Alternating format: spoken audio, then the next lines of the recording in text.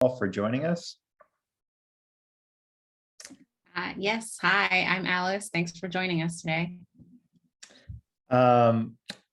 Given the size of the group, it'd be great if folks want to just introduce themselves in the chat, and if there are any particular things that brought you to the session today that we can keep in mind as we go through a quick presentation. Our goal, the sort of way we were thinking about this session, was just to share a bit with you about a project that we've been working on here. And then open up for conversations about other forms of democratic civic capacity building that you might have on your campuses and ways in which we can learn from each other. So I thought we'd sort of put some things on the table that are happening on our campus and then open up for more of a conversation from there. So hopefully that sounds good to you. And if there's other particular questions that you want to make sure we get to, please go ahead and throw that in the chat and we'll try to keep track of that as well. I'd put this presentation, what we want to share, kind of in the category of like promising practices. It's definitely a set of work that we are continuing to iterate and experiment on, but we've been really encouraged by some of the first versions of both the class and the deliberative polling events that we've held. And so we're excited to just share some of that with you all. My name is Luke Terra. I'm an associate director at the Haas Center for Public Service, he, him pronouns. And I work with Alice, who I'll let introduce herself more fully in a second, on the deliberative polling practicum that we're going to share about. Most of my work is in supporting faculty and doing community engaged courses across the university, of which our deliberative practicum's one. Alice. Thank you. I'm Associate Director for the Center for Deliberative Democracy at Stanford here. We've been working very closely with the Haas Center to put together the practicum and implementing projects among students and broader multi-institutional, which we'll present on today. And we can also share an effort that we had last fall, and also at the end of the presentation, talking about our upcoming effort this fall, where we hope all of you may be interested in joining us. And really quick, before we dive in, just because I know some folks may have already worked with us in different ways, was anybody here involved in the Shaping Our Future event that we held in May 2021, or anybody's sort of connected to that campus? Just want to know if we'd be covering ground that people know well. Looks like not, which is great. So this will be new to you. Awesome. All right, I'm going to share my screen. Give me some thumbs up. Does that look good? Alice, can you see that? Sweet. All right. Great.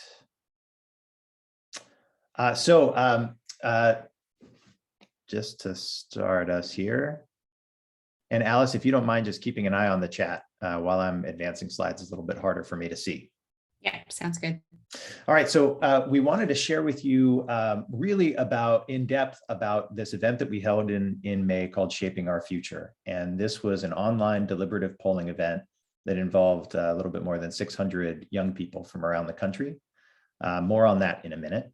Wanted to just recognize the different, this was a really collaborative event that was only possible because of the many folks who were a part of it. So the Haas Center and Center for Deliberative Democracy, where Alice and I work for sure, but also the Berggruen Institute that provided some funding for this, Equal Citizens that partnered with us on some of the content, and the Generation Lab, a polling firm that we leveraged to broaden the representation of our sample. So really quick background, I feel like, I don't know about you, but I kind of feel like time is working in a sort of a weird way nowadays. You could tell me something happened last week or a year ago, and I'd probably believe you because it's hard for me to track. So we held this event in May 2021, which already seems like a lifetime ago, but the seed of it really came in the fall of 2020, when I think probably like a lot of you, we were feeling really concerned and discouraged by the lack of civil dialogue and discourse around some of the really complex and messy challenges facing the country, facing our region, facing our cities, our campuses. And so we're looking for ways to strengthen that skill among our students. And at that time, we connected with Alice and Jim and the team at the Center for Deliberative Democracy, because they had developed a platform that allowed them to use their deliberative polling online in ways that were really scalable. And at the time, as we were experimenting with online everything, that seemed like a really exciting idea of how could we create spaces for civil dialogue across, regional, political differences in ways that could go beyond just our campus and have a wider reach.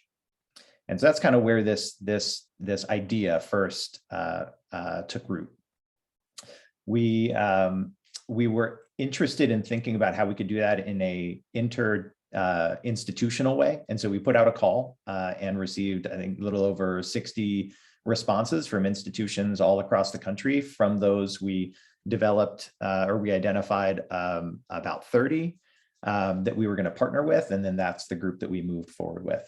But before I go any further, just to kind of pause on what is a deliberative poll, because that may not be obvious to you. And Alice could do this a lot better, but it's on my part of the slide. So Alice, you'll just have to bear with me and you can chime in if I get anything wrong. So the problem with traditional polling, as you can, I'm sure, imagine, is that you are getting just surface level impressions of folks on what are really complex and messy public policy challenges. You are likely to get, as more often than not, folks' party identity preferences. You're going to get their personal preferences, but you're not really going to get a very thoughtful answer on what an informed person would think about a really complicated policy topic. And so deliberative polling tries to address some of those limitations of traditional polling. And the process begins by identifying a random sample of a particular population, polling them at the beginning on a set of proposals that you want them to deliberate on, providing to them a balanced set of materials so that they can learn about different opinions and views on that issue, bringing them together in small groups to deliberate together on that issue, providing opportunities for them to ask questions of a range of policy experts who hold different views on that, and then polling them at the end and looking at the change from A to B, and then being able to argue from that change reflects what a knowledgeable citizen would think about the policy trade-offs involved in a particular proposal if they had an opportunity to learn about it and discuss it with others. So this has both some research value because it can give us much more meaningful data on what a population would think about an issue if they had an opportunity to study it and learn more about it. And that's, I think, more the CDD, Center for Deliberative Democracy's angle on it.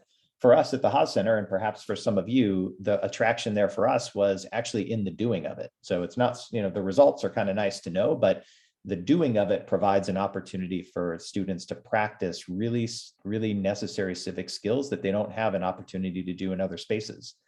And I think many of us are looking for ways that students can work across lines of difference to engage on topics that have broad importance. And this provides a really lovely structure that enables them to do that. So our excitement about it was the idea of getting hundreds and hundreds of young people in a room to talk about some really complex challenges facing our communities. And also knowing that would yield at the back end some hopefully interesting insights about how you see opinion changes as a result of that deliberation. So that's just a little quick thing on what a deliberative poll is. So again, kind of what we were building up to was a 2-day event, May 1st and 2nd, and we had over 600 young people ages 18 to 29 participate in it from more than 35 campuses.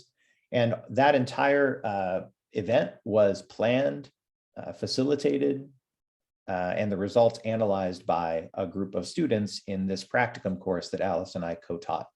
And so our goal in that was to bring together a small number of students who really wanted to do a deep dive into what it looks like to facilitate deliberative democratic exchanges in this way, and to be able to go through the whole process from identifying topics that we were gonna build proposals around, to finding, sourcing, and curating the resources and materials that we would provide to participants, to recruiting the plenary experts who are going to come talk on those issues, to organizing the surveys and distributing those, to analyzing the results and producing a final report, including many of the slides that we're going to share with you now. And so in that way, we had sort of like these two layers of who we felt like were our stakeholders. There were like the students in the practicum who we were really working intensely with and were having their own experience in building out their civic skills. And then we had the participants in the event itself. And there's our organizing team, just to give a shout out to that amazing group of students. And here are the partner institutions that participated. As we selected the final institutions, we were really looking for institutions that could bring to us a wide range of both institution type. So community colleges, four-year colleges, private, public, religious, not religious, everywhere in between, and also regional differences. We wanted a distribution across states. So we had, between the students who we recruited from the partner institutions and the other folks who we recruited through Generation Lab, the polling firm, we had, I think 38, you'll see a map later, I think 38 different states represented. So that students, you know, a student here at Stanford could be in a small group deliberation room with a student from Sewanee, with a student in Montana, with a student in Florida. And that in doing that, they're having an opportunity to hear perspectives that are going to be quite different from the ones they're accustomed to hearing around campus. So that's just a little background on the event itself. And I'm going to hand off to Alice to walk through some of the proposals and then the results. And then we'll share some of our kind of lessons learned and challenges that came up before we open it up to questions and conversation. Sounds good.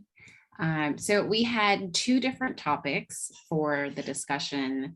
The first topic was on electoral reform, which centered on these three proposals: national popular vote, fractional proportional, and plurality, well, ranked choice voting, essentially. We had briefing videos that the class also wrote scripts for and put that together. The electoral reform briefing materials, luckily for our students' sake, was actually provided by Equal Citizens, which really wanted to get young people input. So we partnered with them on this particular topic.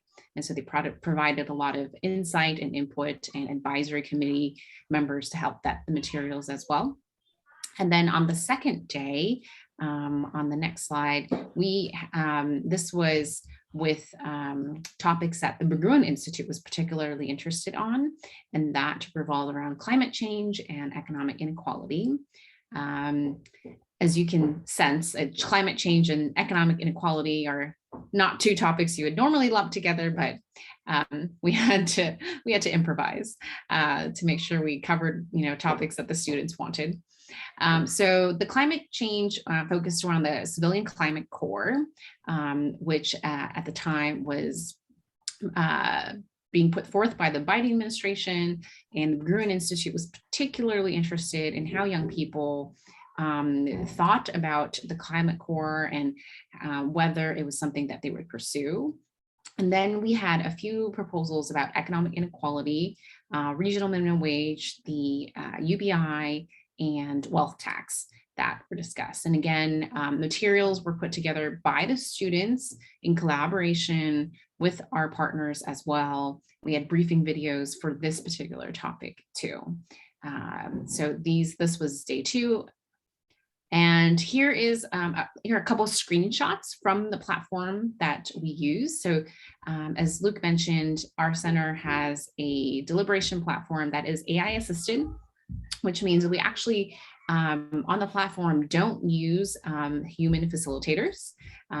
All the features that a facilitator would use to moderate a discussion has been built in. So any of the nudging, agenda management, ensuring pros and cons are discussed, and making sure that people are speaking equally, etc. Those are all built into the platform. So it's based AI assisted, and then also user UI, where the decision making is made by the groups as well. So we've been able to scale this deliberative platform in many countries. And if anyone's interested in that, we're happy to talk about this. And we've used it in classes too, as people are exploring how to do deliberation differently and innovatively. And we have been using this for for thousands of people as well. And then on the next slide here, this is the 600 plus participants that we had in the event, and where approximately they were all from. And as a reminder, as Luke described, this is not necessarily a random sample of the enrolled population. This is really based on institutions that were interested in getting random samples from their campuses, et cetera, and selecting from there. So we did our best, but we did fairly well in getting at least people from different states. And you can see here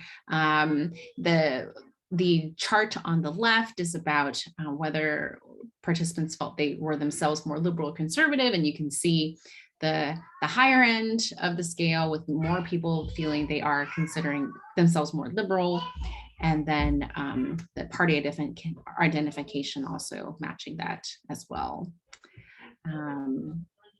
On here, this slide, it's about how interested they are in politics and public affairs.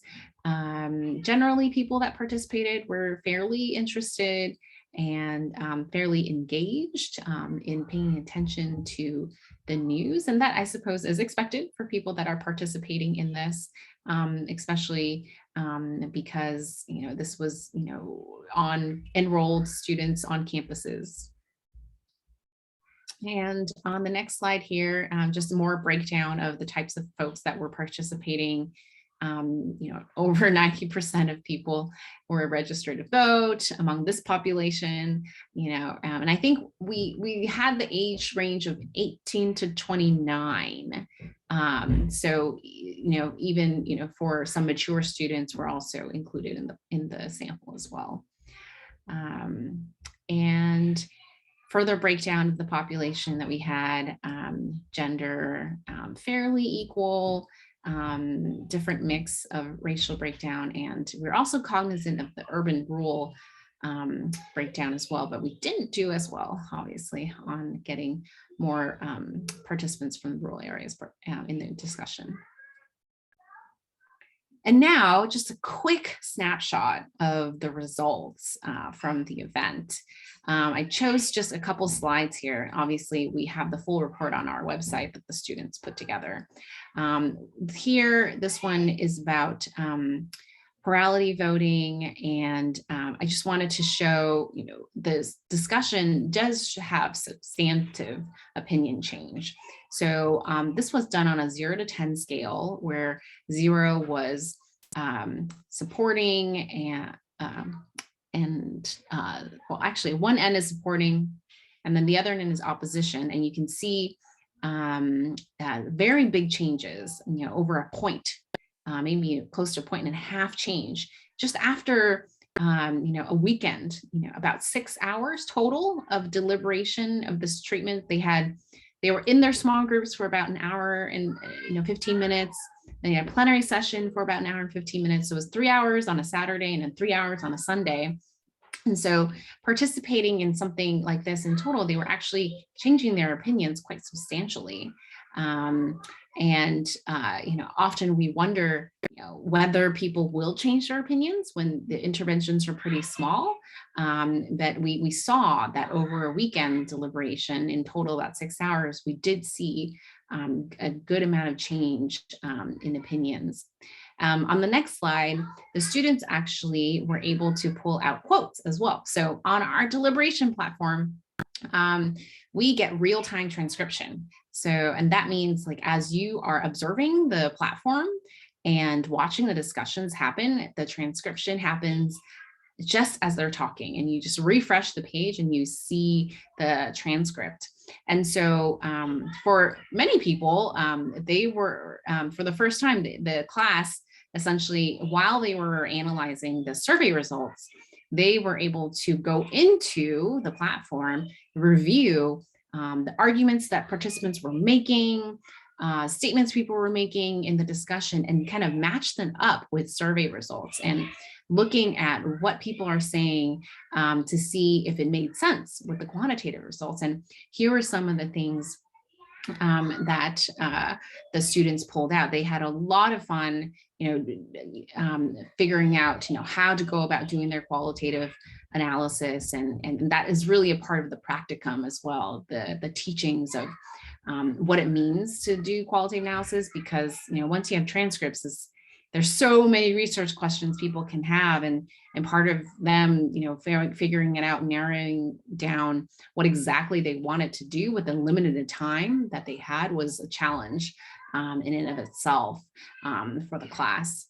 And just as in terms of results, some people were saying that the Electoral College made them feel like they had no political voice. Some people thought the national popular vote felt like an intuitive answer to democracy. And then on ranked choice voting, some people had concern about the system being too complicated and would confuse people and further deter people from voting. And so, these are some of the arguments we hear, when we think about these issues, but it was really great to actually see for the students in the class, at least, to see for themselves people making these arguments. On the next slide, this is, here we go. This is day 2. I pulled one out about minimum wage because this one changed a lot. Most of the time, when we think about minimum wage, people just try to generally agree that minimum wage is a good thing. And for some reason, among this younger population, they actually decreased their support for a regional minimum wage, which was fascinating. And a lot of the interesting research came in the qualitative analysis, because all the students were wondering, well, why would people disagree with having a regional minimum wage? And so on the next slide, you see some of the arguments that people were making, and we, I snapped in the wrong slide.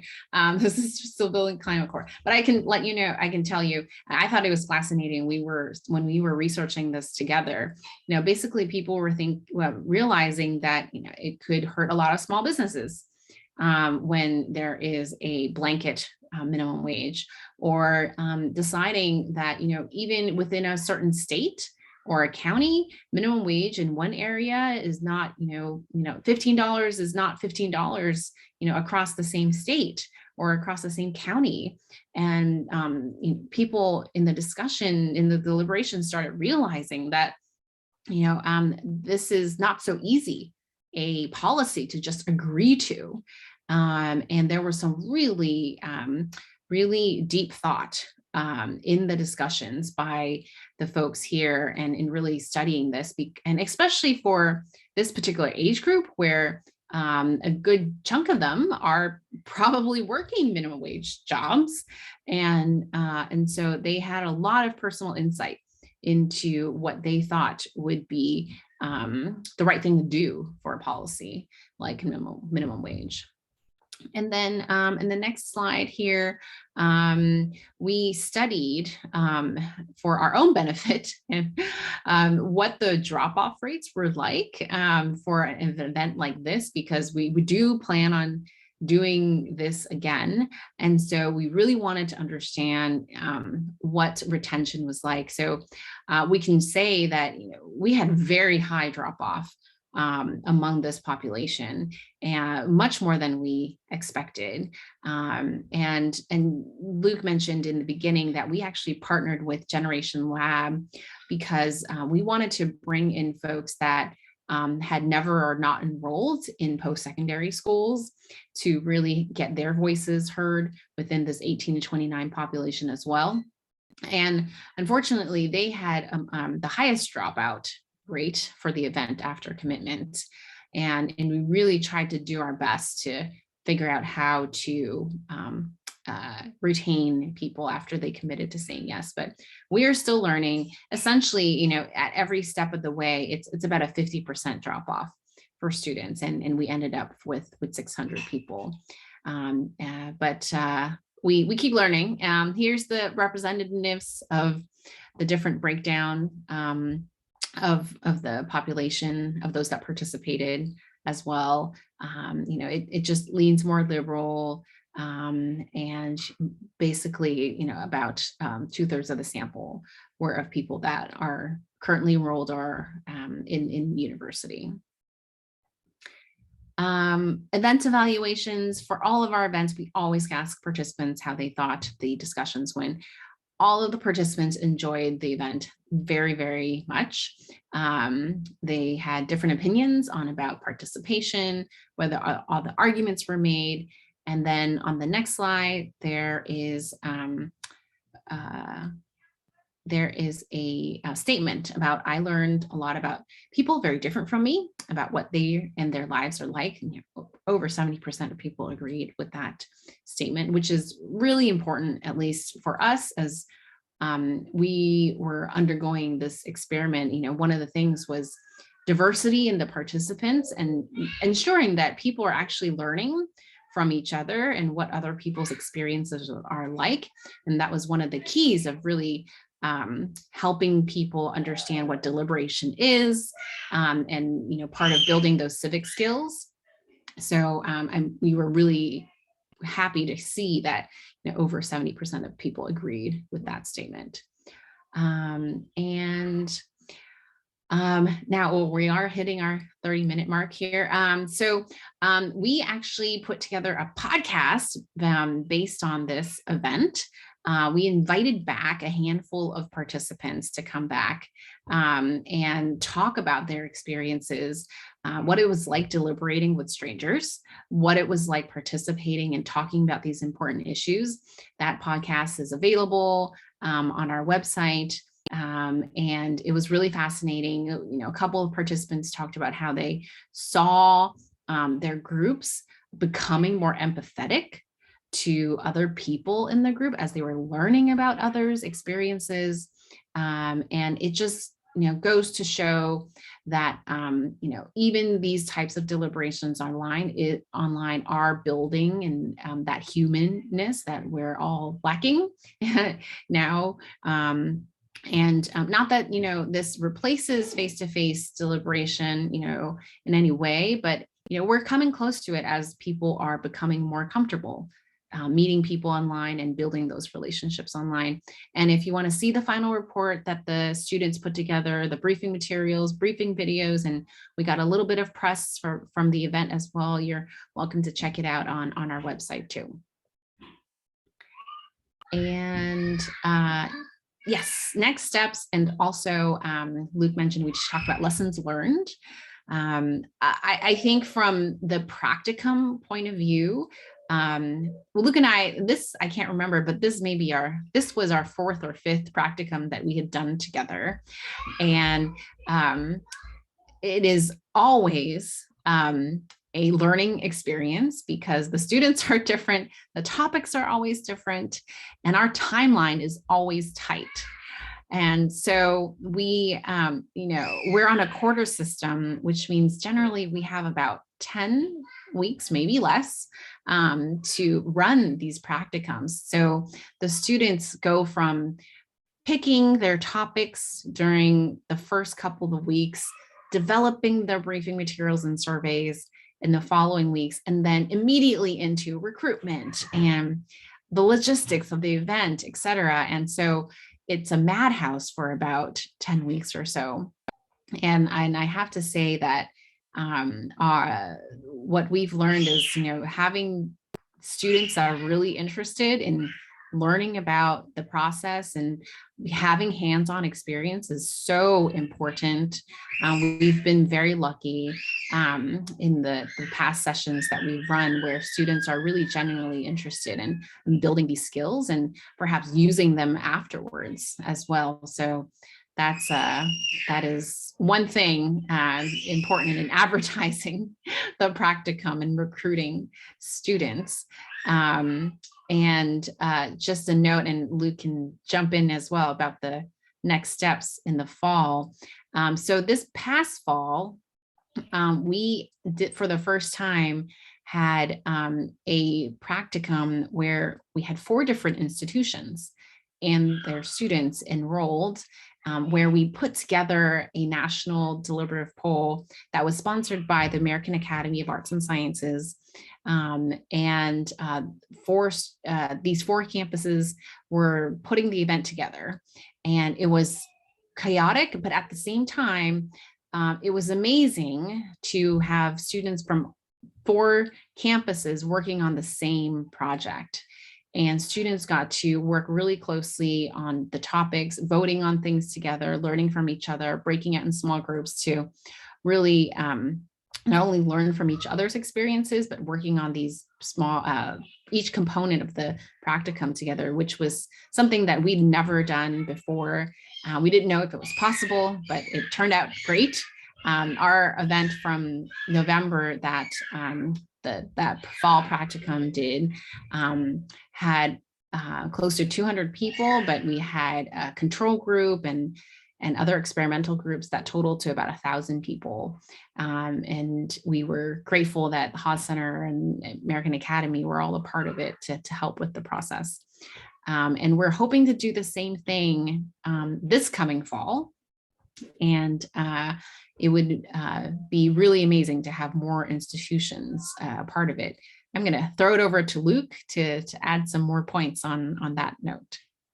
Yeah, so just really quick on the fall one, if the idea is to have a small number of students, 2 to 4 students from an institution to join the class. And that way, students who are participating in the deliberative poll have an opportunity to encounter students from across the country, but also students in the practicum class have a similar experience. So if that sounds like something that you're interested in, we've got, we'll probably be able to, I think, incorporate maybe 4 or 5 institutions. We're in conversation with some right now. So we'd love to just talk more. If that sounds like something you're interested in, let us know. Kind of going back for a minute to the kind of lessons learned. If for those of you who are kind of listening to this and thinking like, oh, something like that kind of aligns with things that I'm interested in, the pieces that I think have gone really well for us, the practicum structure, especially if you're in a semester-based calendar, oh my gosh, that would be so much more doable because we definitely feel the constraints on the quarter calendar. But the practicum class as a way of organizing it, that's been we feel like that's been a huge success. Really engaging our students. They're totally bought in. It is really meaningful to them. Very hands-on and applied. And so that's worked great. And we're happy to share our syllabus if that's helpful and talk through how we structure the group project aspect of that. The platform, I'd say, is another highlight. Like that's worked really well. It's allowed us to be really flexible and scale up and scale down and organize things in ways that allow us to do the work virtually with pretty low cost. So that's felt like a big win. Things that have been really challenging, as Alice mentioned, we've had just a lot of drop off. It's really hard to figure out how to recruit young people, especially, to participate in these kinds of events, even though we as civic engagement professionals know how valuable that is for them and how important it is for them to have spaces to practice these skills. That's not always as obvious to our students, right? So they're like figuring out how to tap them and get them interested and engaged is a puzzle that we're still working out. And if anybody has strategies that have worked, we'd love to hear. So that amount of drop off has been really challenging. And then in terms of the shaping our future, the political diversity. So recognizing that it has been harder to bring in more conservative voices into the conversation, and that political diversity really allows for those conversations to be rich and robust, and for students to really hear opposing views, which we think is an important aspect of that experience. So trying to think about how to make sure that we have that sort of full political spectrum reflected in the small groups is another kind of puzzle that we're thinking about. So just to give you a sense of kind of like the pieces of this that have felt really solid, the pieces where we feel challenged. And that's, I think, it for this piece. What we wanted to just kind of open up from here for the last 15, 20 minutes is just to hear from you. If there are questions or ideas that came up specifically around this that we can answer, happy to do that. And then also, you all came to this because you have some interest in deliberative democracy or building student civic skills. And so there are likely experiments or ideas that you have underway at your campuses that all of us could learn from. So I want to just give some space for us to hear any other examples that folks would want to lift up. So I'm going to stop share so that we can see each other and I can see the chat in case there's anything else that's come up there. Awesome. So we'd love to just open up first, maybe any questions that would be helpful to clarify, and then anybody else who wants to share things that they're working on or other ideas that they have.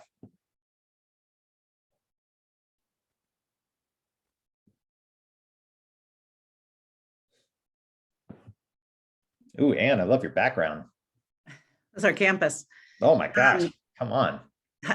Hi, I'm Anne, and I'm the Director of Civic Engagement at Chico State in Northern California.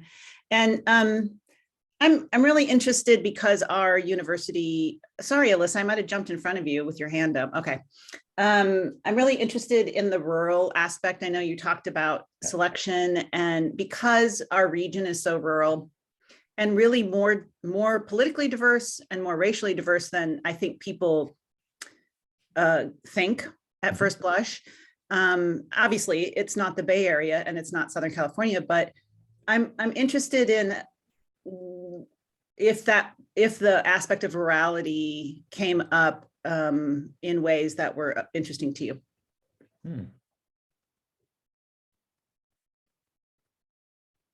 Alice, any initial thoughts? I mean, I definitely agree that the diversity is something that we were very concerned about. You know, we at the end of it had 35 institutions participating. We had a lot more interest from maybe like double that, but we ended up selecting, you know, ones where we could ensure diversity based on the institution's population. And so it was, and even then, you know, for each institution, we were doing random samples and recruiting them that way. And so we tried our best to get as a diverse set of institutions as we can. And we were trying to be scientific in our process and recruiting students from campuses, because we didn't want it to be just all self-selection, you know, whoever wants to come, because then, as Anne, as you're saying, you know, it would just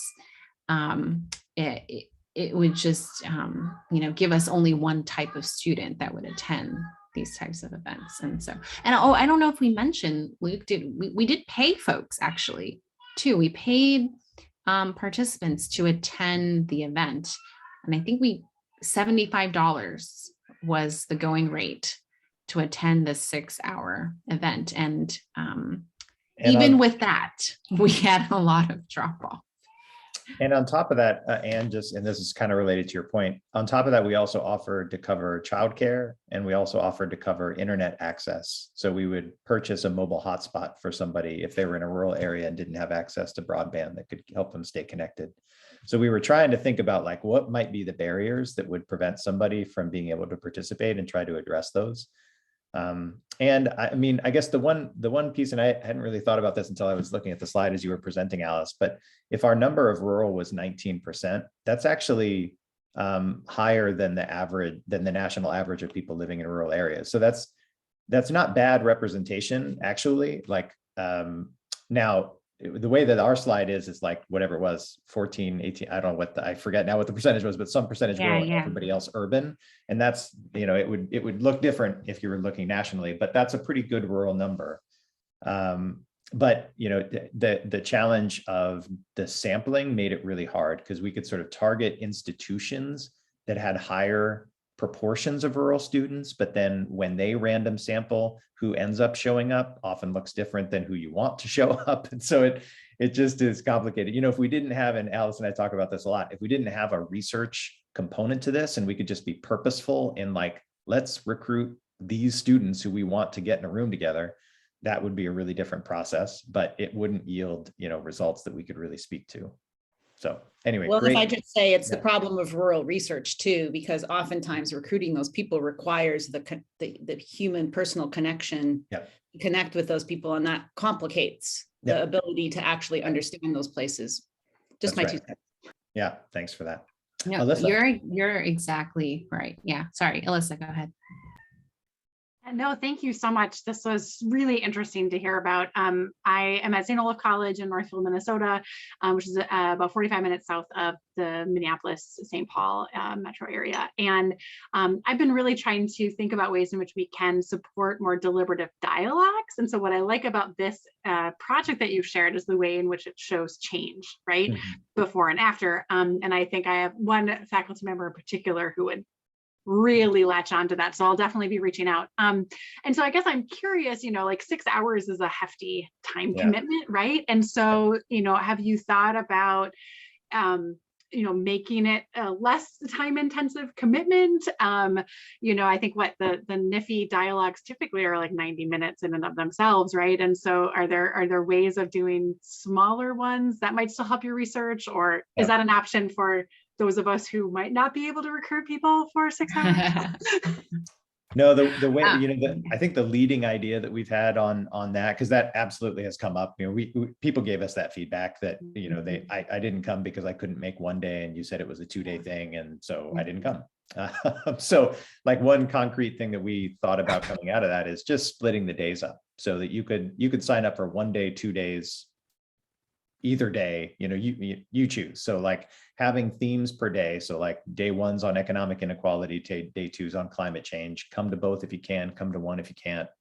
That would lower the barrier there, because then you'd have, you'd have a 3 to 6 hour commitment and you could choose. There is a little bit of inefficiency that would be there for students who participate in both days, because we'd basically have to do all of the kind of like cover the same ground in terms of training you on the platform and making sure that would have to repeat. So there'd be a little bit of there. And the other reason I think initially that we didn't do it is that then that from the stipend perspective, that generates a lot of complexity, because then you've got to track who's attending one, who's attending both, and processing different stipend amounts. I didn't tell you how many years of life it shaved off of me to have to navigate like 35 institutions and 600 stipend payments. But that was definitely a takeaway for me of like, oh, wow, that was really hard. I don't want to do that again. So if that had been multiplied by, wait, were you there for 1 session or 2? And, so there just may be a point where the gains are not enough to offset the cost and complexity. But anyway, that it's absolutely something we thought about. And I think the most natural way would have just been to split up the days so that folks could just come for one. And I will also say, one of the like what I think is like the secrets of success of this, and I say that saying that I don't think we've gotten it right a lot of times, but that it's reinforced how important it is the topic selection. Because like where this is at its best is if folks feel like they're deliberating on real, live, authentic problems that somebody is making a decision about, that their input could make a difference on. And so as you all are thinking about this, I would think kind of opportunistically about where are there conversations that a representative group of our students could actually meaningfully contribute. So let's say that there is some decision that the university has, or some set of decisions about, I don't know what, it could be about some student related policies. It could be kind of university community relationship things. If there are like live decisions where decision makers would benefit from knowing what a representative sample of the students would think about it if they actually learned about some of the trade-offs involved, and you can create an authentic opportunity for deliberation, that goes a long way with participants. Because just sitting in on rooms, you would often hear them kind of slide into like, well, why does it, like, it doesn't matter what I think, like nobody's really going to do anything with this, so what am I deliberating on? And you kind of need for them to feel like there's a purpose to it, for them to feel like they really want to dig in and engage.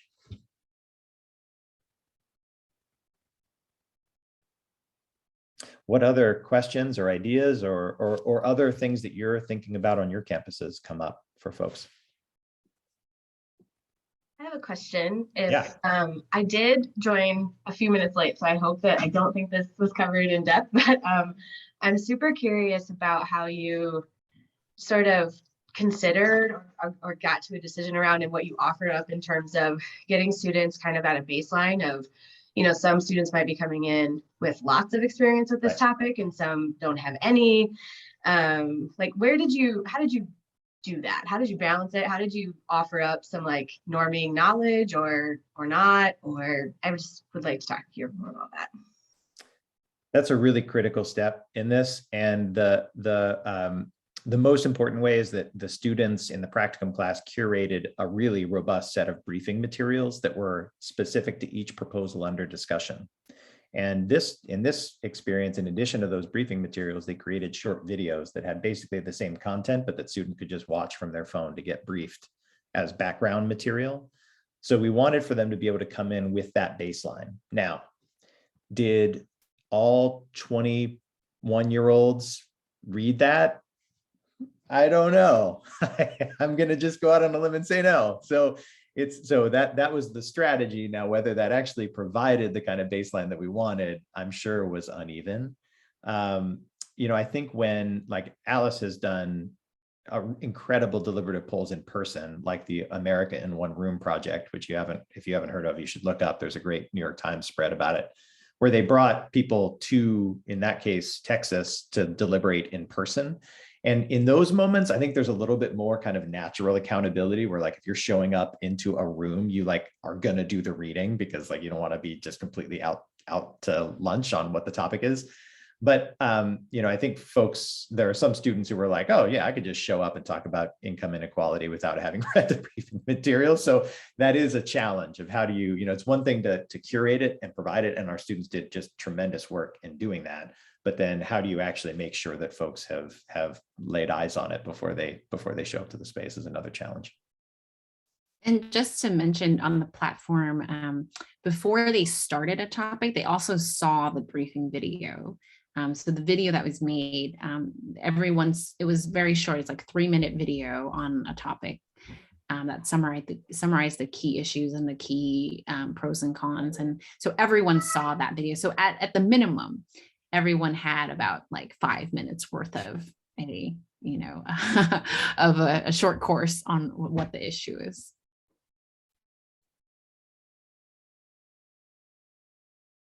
Mm-hmm. I've got another question. Yeah. Okay. So I'm curious about your thoughts on like using this in a community engaged learning course, like where students are required to participate and or also recruit peers to participate in this. Just curious your thoughts on that.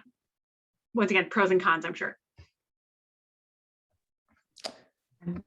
Luke, you know this better. You run. Yeah, I mean, so I guess maybe the first question first let me say we've done this in courses in a few different ways. And so our course, obviously, but then Alice has also worked with, we have a new requirement coming online at Stanford for all frosh called Citizenship in the 21st Century. And we're exploring having a deliberative polling experience be one of the anchor activities in that course. And so that'd be a different example of kind of how we use that, which makes a ton of sense and I think is going to be fantastic. So we've been definitely experimenting, like how can this add value in a course context? I think if I were thinking of it in the context of a community engaged course, I guess the first question would be, who are the partners, what are the topics, and how can a deliberation experience move that conversation forward? And there's easy ways for me to imagine it. So let's say that, the partnership is with a community health clinic and they're thinking about how to, one of their pain points is how to figure out a system of scheduling that ensures that everybody can make it in a reasonable amount of time. And there's sort of different policies you have to consider to make sure that they have their intake process. You could imagine some kind of organizational challenge and that you want to have an opportunity for all of the stakeholders involved in this particular community organization to be able to give voice to and wrestle with some of the complex trade-offs that are involved. And students could create that as an opportunity. It wouldn't need to be, I think the platform and the process and the steps of it work regardless of whether it's a random sample, regardless of whether there are research findings on the other end. Just having a structured way for folks to review a common set of materials, come together in a structured way to be able to discuss and deliberate and see multiple perspectives on that, and then come to decisions on the back end of sort of what they think on balance is the right way to go. That you could imagine that could be a value add to a community organization in a variety of settings. And it's doable for students to do the sort of lifting of like curating that and creating that kind of experience. So I think with the right question or proposal on the table that's really meaningful for a community partner, you could absolutely build that out as a class, as a way to provide some value add to a partner organization. I don't, is that kind of what you were thinking, Alyssa? Was I on track with that? Sorry. Yeah, I should probably clarify and say that we sort of include general political deliberative work as part of our community engaged learning. So it would be like more generally for the public good, if you will, right? But it was nice to hear examples about what it might look like with a partner with that. Awesome. Yeah, I know we're at 12:52. I know folks probably have, one of the funny things with Zoom is like, we're not good anymore at like giving ourselves travel time, which like usually we'd have like that, whatever, the 10 minutes to walk to the place, but Zoom often feels like we're kind of back to back to back. So don't want to keep people right till the top of the hour. But any last kind of questions or comments or ideas or? Well, I'll just say for Alice and I, if we'd welcome any additional conversations. If there's anything we can share, Alice put in the website, which you can find, cdd.stanford.edu. That's Center for Deliberative Democracy. That's where they've got briefing materials and final reports and podcasts. And so if you want to see like the deliverables, please take a look at that. But if there's anything else that we can share, whether the syllabus or just talking through, or if you have other ideas, and Alice and her team, just to kind of put in a plug for them, are always game to talk about how to leverage the platform they built. So if you're interested in sort of like looking under the hood at that, not to speak for you, Alice, I know you're not in the office so much right now, but no, it'd be exciting if anyone wants to try it out in their class. We have a lot of folks that just want to show students, their own students, what it's like. So if you have any faculty, or if you guys want to run a meeting on it or anything, we ran a deliberative poll within Stanford faculty, and we actually got many requests from faculty to use the platform for their own faculty meetings, because our platform has a time limit of 45 seconds for which people can speak. So faculty were very interested in using that. And the online platform allows you to flag somebody who you think is not abiding by standards, which I think they also thought might be helpful sometimes. Anyway, great to see you all, colleagues. Thanks for taking the time. And yeah, let us know if there's anything else that we can share. Thank you both so much. And please stay tuned. We're going to have our RFP for next year's webinars coming out soon. And so we appreciate everyone who's participated in our Campus Compact webinars. Thank you both so much for all this information.